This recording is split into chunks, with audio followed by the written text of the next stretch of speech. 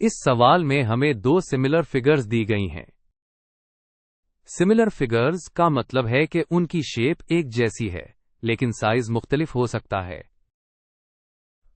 हमें पहली फिगर का एरिया यानी A1 मालूम करना है।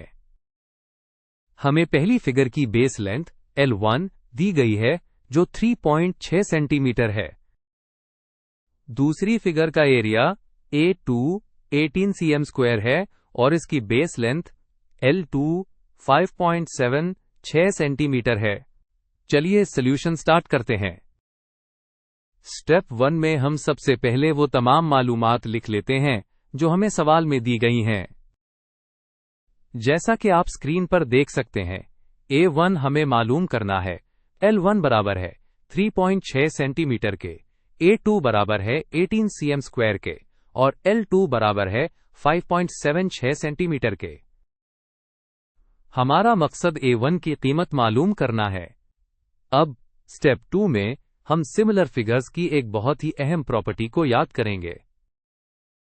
वो प्रॉपर्टी ये है कि दो सिमिलर फिगर्स के एरियाज का रेशियो उनकी करस्पॉन्डिंग लेंथ्स के रेशियो के स्क्वायर के बराबर होता है।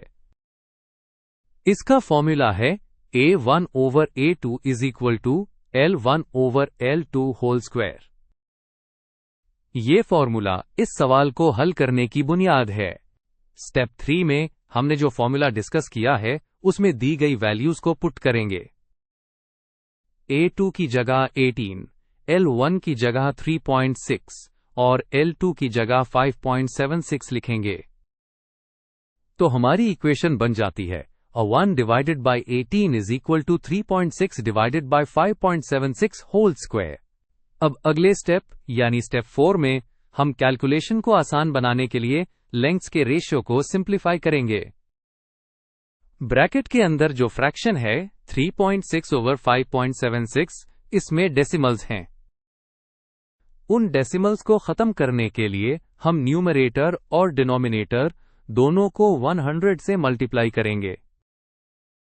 ऐसा करने से फ्रैक्शन बन जाती है 360 डिवाइडेड बाय 576। अब इस फ्रैक्शन 360 बाय 576 को मजीद सिंप्लीफाई करना है।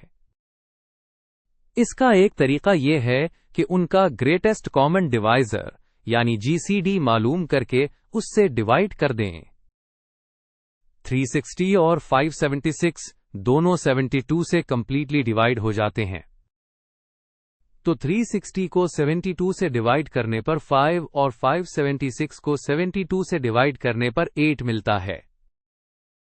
तो सिंप्लीफाइड फ्रैक्शन है 5/8।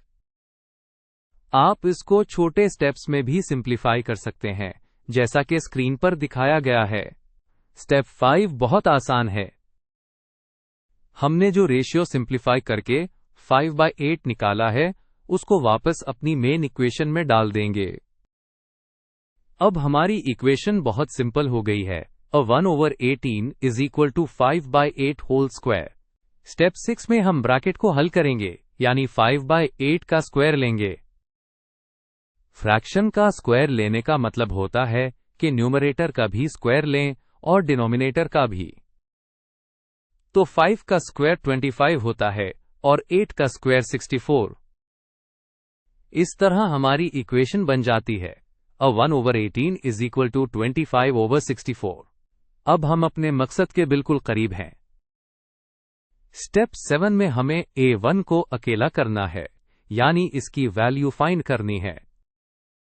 ऐसा करने के लिए जो 18 लेफ्ट साइड पर A1 के नीचे डिवाइड हो रहा है, उसको इक्वेशन की दूसरी तरफ ले जाएंगे।